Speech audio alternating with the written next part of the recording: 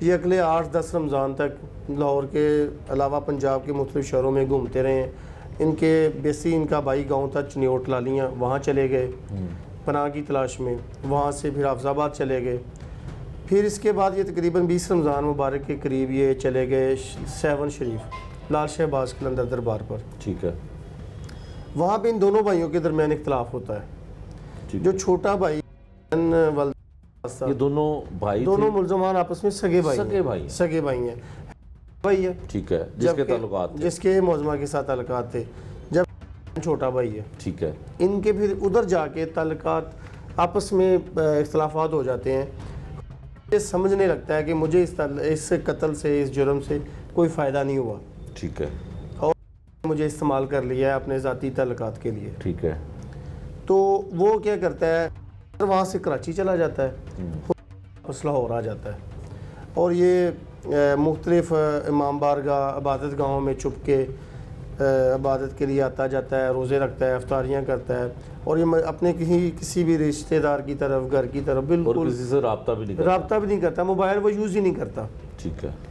لیکن جو کی عادتیں تھیں, جو اس کا مذہبی رجحان تھا, اس سے ہمیں یہ اندازہ ہو گیا تھا کہ جو ہی وہ لاہور واپس آئے گا تو لاہور میں 2-4 جگہیں ایسی ہیں جہاں وہ ضرور جاتا ہے, مخصوص پروگرام اٹینڈ کرتا ہے. ٹھیک ہے. جو مذہبی رسومات ہوتی ہیں ان میں شامل ہوتا ہے, محرم کے حوالے سے, رمضان کے حوالے سے. ٹھیک ہے. تو ہم اس سے پہلے اس کی ہم نے ریکی کی ہوئی تھی, اور یہ مسلسل ہم تقریباً 15 دن ایک جگہ ویٹ کرتے ہیں اس کا. اور یہ الحمدللہ ہمارا شک سے ہی نکلتا ہے, وہاں پہ آتا ہے. اور یہ 7 شریف سے جو ہی واپس آتا ہے تو ایک رات لاہور میں اسٹیشن پہ گزارنے کے بعد ٹھیک اسی جگہ پہنچ جاتا ہے جہاں یہ پچھلے 2-3 سال سے آ رہا تھا مسلسل. ٹھیک ہے. اور اس طرح یہ وہاں سے اریسٹ ہو جاتا ہے. اچھا, آپ یہ بتائیے گا کہ اس کو آپ اریسٹ کر لیتے ہیں, خاتون جو ہے وہ پہلے ہی گرفتار تھی, آپ کی حراست میں تھی, تو پھر تیسرا ملزم جو ہے بھائی اس کا, جو اصل مرکزی ملزم ہے, وہ تو اس کے بھائی کو نہیں پتا ہوگا کہ کہاں ہے اب اور کہاں چلا گیا ہوگا, پھر اس کو کیسے ٹریس کیا جائے؟ یہ اس کیس میں سب سے مشکل مرحلہ تھا کہ جب پتہ چلتا ہے کہ میرا بھائی پکڑا گیا ہے, معظمہ بھی اریسٹ ہو چکی ہے, اب میرا بھائی لاہور گیا, وہ بھی اریسٹ ہو گیا ہے, تو وہ اپنے سارے فون نمبر بند کر دیتا ہے, اپنی فیملی سے, ماں باپ سے, بہن بھائیوں سے سارے رابطے بند کرتا ہے, اور ایک ایسی جگہ جسے وہ خود کے لیے محفوظ سمجھتا ہے وہاں جا کے چھپ کے بیٹھ جاتا ہے. ٹھیک ہے. اچھا, اس کیس میں پھر دونوں ملزمان جب جوڈیشل ہو جاتے ہیں تو ہمارے لیے مین ملزم کی جو گرفتاری ہے وہ سب سے اہم مرحلہ تھا. ٹھیک ہے. اس حوالے سے ہم نے تقریباً 1 مہینہ انتظار کیا, اور اس دوران ملزم نے ایک ویڈیو اپلوڈ کرتا ہے. اچھا. اپنی سوشل میڈیا ٹک ٹاک پہ ایک ویڈیو اپلوڈ کرتا ہے. ٹھیک ہے. ہم جب اس ویڈیو کے بیک گراؤنڈ پہ جاتے ہیں تو ہمیں ایک نمبر ٹریس ہو جاتا ہے. ٹھیک ہے. اس نمبر کی CDRs نکلوائی جاتی ہیں, اس کے ڈاٹے پہ کام کیا جاتا ہے. بلکہ اس کیس میں اس کو اریسٹ کرنے کے لیے ہم نے, میرا خیال ہے پہلی دفعہ, ویری فرسٹ ٹائم ان لاہور, میرا خیال ہے یہ, میرے پاس ایگزیکٹ فگر نہیں ہے, ہم نے ملزم کی IPDR بھی حاصل کی واٹس ایپ کی. اچھا. کیونکہ ملزم نمبر یوز نہیں کر رہا. واٹس ایپ کا بھی ریکارڈ جو ہے وہ لاہور پولیس نے آپ کے مطابق ایسے ملزم کے لیے آپ نے, ہاں, کیونکہ ملزم ریگولر نمبر کو استعمال نہیں کر رہا تھا, کسی کے ساتھ رابطے میں نہیں تھا, پہلے ہی وہ باہر شوارہ گھر تھا, گھر سے بھاگا ہوا تھا, کسی ایسی فیملی سے اس کا تعلق نہیں تھا کہ جو اس کے والدین کے ساتھ اس کا مسلسل رابطہ یا اچھے روابط ہوں. تو وہ اس ویڈیو سے ہمیں ایک نمبر ملتا ہے. پھر اس کو ہم نگرانی میں لے آتے ہیں, CDRs حاصل کی جاتی ہیں, ڈیٹا انالائز کیا جاتا ہے. تقریباً 25-30 دن کے بعد ہمیں اندازہ ہو جاتا ہے کہ ملزم اس وقت کہاں چھپا ہوا ہے. ٹھیک ہے. کہاں چھپا ہوتا ہے ملزم؟ اس وقت خود کو کراچی کا ایک نواحی علاقہ ہے منگو پیر, بڑا مشہور علاقہ ہے. جی. اور نو گو ایریا. ہاں, ایک اتنی اچھی شہرت بھی نہیں ہے امن و امان کے حوالے سے, وہاں جا کے چھپ جاتا ہے. کیونکہ یہ لاہور میں بھی مرغیوں کا کام کرتا رہا ہے, ادھر بھی کسی کے ریفرنس سے جاتا ہے اور مرغیوں کی دکان پہ کام کرنا شروع کر دیتا ہے. جب ہمیں ڈیٹے سے اور اس کے جو معلومات ہمارے پاس آتی ہیں کنفرم ہو جاتا ہے, لوکیشنز ملنا شروع ہو جاتی ہیں کہ یہ اس علاقے میں موجود ہے, اور یہ مسلسل تقریباً 40-45 دن اسی ایک ہی ایریے میں موجود رہا, وہاں ہی کام کرتا رہا, وہاں ہی خود کو اس نے چھپایا ہوا تھا. تھوڑا اپنا بیس بدلنے کی بھی اس نے کوشش کی تھی, داڑھی بڑھا لی تھی اس نے اپنی, بال کم کر دیے تھے, اور ادھر اس نے کسی کو بتایا بھی نہیں تھا کہ میں لاہور میں اتنے شدید یا ہینیس کرائم میں ملوث ہوں. ٹھیک ہے. پھر میں نے اپنے افسران سے گزارش کی, ان کو بتایا کہ یہ ملزم ٹریس ہو گیا, فلاں جگہ موجود ہے. تو ہمارے ایس پی صاحب ہیں خالد سعید صاحب, ہمارے ڈی آئی جی صاحب ہیں ذیشان رضا صاحب, انہوں نے نہ صرف مجھے مکمل سپورٹ کیا بلکہ اخلاقی, مالی, ہر طرح سے فری ہینڈ دیا کہ آپ اس کو ریسٹ کر کے آپ کے وہاں سے دوسرے صوبے سے, جی پنجاب سے سندھ میں جانا. اس حوالے سے ہم نے اس کا مکمل پروسیجر کو اڈاپٹ کیا. ٹھیک ہے. یہاں سے تھانہ کی سطح سے لے کے ہوم منسٹری پنجاب تک, اور پھر سندھ میں جا کے ہوم آفس سندھ سے لے کے گراؤنڈ لیول تک. اور الحمدللہ پھر ہم نے یہ آج سے تقریباً چند دن پہلے ایک ریڈ کنڈکٹ کیا ادھر, اور اس کو اریسٹ کر لیا. اریسٹ کر کے آپ لاہور لے آئے, پنجاب لے آئے. جی. اچھا شمع صاحب, ملزم آپ نے پکڑ لیا, ملزم کی زبانی کیا کہانی سناتا ہے کہ مقتول کی جو بیوی ہے اس کے ساتھ اس کے تعلقات کتنا عرصہ پہلے شروع ہوتے ہیں اور ان کے تعلقات بنتے کیسے ہیں, وجہ کیا تھی؟ اصل میں جو مقتول ایک ریلوے آفیسر تھا 17 اسکیل میں, اس کو سرکاری ریزیڈنس ملی ہوئی تھی. اس کے گھر میں قاتل کی جو والدہ ہے وہ آج سے چند سال پہلے بطور ملازمہ کام کرنے کے لیے جاتی ہے. ٹھیک ہے. جو قاتل ہے اس کی جو والدہ ہے نسرین بی بی, وہ ان کے گھر میں کام کرتی ہے اور اپنی ماں کو ڈراپ کرنے, لانے, چھوڑنے کے لیے یا کسی نہ کسی کام سے آنے جانے کے لیے کا اس گھر میں آنا جانا شروع ہو جاتا ہے. ٹھیک ہے. اور اسی دوران کیونکہ مقتول کے جو اپنے تعلقات سے بیوی کے ساتھ وہ اتنے اچھے نہیں تھے, آئیڈیل نہیں تھے, جو تھا وہ اس خاتون کی طرف مائل ہو جاتا ہے. ٹھیک ہے. اور دونوں ایک ناجائز تعلقات کی راہ پہ چل پڑتے ہیں. پھر ایک وقت آیا کہ ان تعلقات کا جو اندازہ ہے یا حقیقت ہے وہ مقتول کو پتہ چل جاتی ہے. وہ اس حوالے سے سختی کرتا ہے, روکتا ہے. یہ اس کا ملزم کا اپنا بیان ہے جو آپ کو دوران تفتیش وہ بتاتا ہے. جی وہ بتاتا ہے. تو ان کی ملاقاتیں جو ہیں وہ باہر ہوتی تھیں یا باہر ہوتی تھی, مختلف یہ پارکس میں ملتے تھے, ہوٹلز میں ملتے تھے, یا جہاں شاپنگ کے بہانے نکلتی تھی گھر سے مل لیتے تھے. ٹھیک ہے. اب کچھ عرصے سے یہ وجہ, قتل کی جو بڑی وجہ یہ تھی کہ کچھ عرصے سے قاتل کا یہ سمجھتا ہے یا وہ بتاتا ہے کہ میں ملزمہ سے مل نہیں پا رہا تھا, مقتول کی بیوی سے مل بھی نہیں پا رہا تھا, اور مجھے جو بینیفیشری مل رہے تھے وہ بھی رک رہے تھے.